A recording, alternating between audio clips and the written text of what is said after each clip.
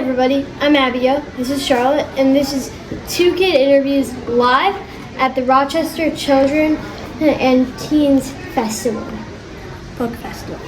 Right now we are joined by the New York Times bestselling author, Michelle Knudsen. What do you enjoy most about coming to festivals? I think my favorite thing about book festivals is just getting to meet so many readers, especially a festival like this one where I get to sit at my table and people come around. And it's really nice. Authors spend a lot of time working by ourselves, so it's really nice to get to actually meet the people who read your books. What is the most fun or meaningful interaction you've had with a kid during a festival? Oh, that's a good question. It's hard to say. I guess I can't think of a specific one, but the times when someone comes up after they've already read one of my books and there's something that they really liked about it or something that they remember, or I have some books that have been out for a long time, so when kind of grown-up kids come and they're like, oh, I remember your book from when I was little, like that's a really cool thing.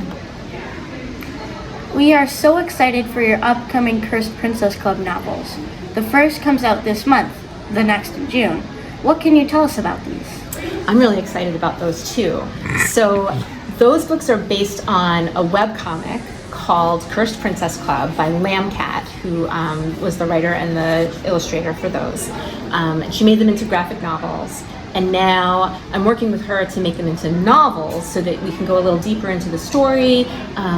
You can kind of get to know the characters more. There's a little more introspection. So those have been really fun to work on. I've never done a project like this before. Really excited.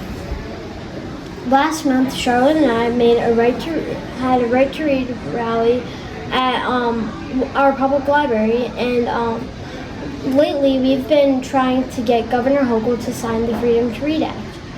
Would it be okay if we start a video trying to tell her that we want her to sign it? Sure. Yeah. Okay. I do think she should sign it. I think the Freedom to Read Act is really important. I think book bans are terrible and everybody should have access to all of the books that they want to be able to read, and nobody should be able to make that decision for someone else about what books should be available. Besides reading a lot, what advice do you have for young readers? For young readers or for young writers? Writers too. I would say, well, definitely reading a lot for sure. But the other thing is just never to give up. Like sometimes it's really hard to write a story. Sometimes you get stuck. Sometimes you can't think of ideas. And all of the professional authors I know, the way that they keep being able to publish books is that they just keep going. Like if you write a book that doesn't do well, or if you write a book that people don't like, or if you have trouble finishing a book, you just have to put that one aside, come up with a new idea, just never give up and keep going. What is the best piece of advice you were ever given? Oh, writing advice or just advice in general? Advice in general. Oh, that's a really good question.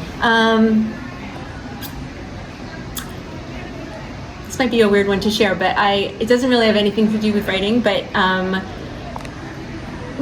people go through lots of difficult times in their lives sometimes, right? Like you feel sad sometimes, you feel scared.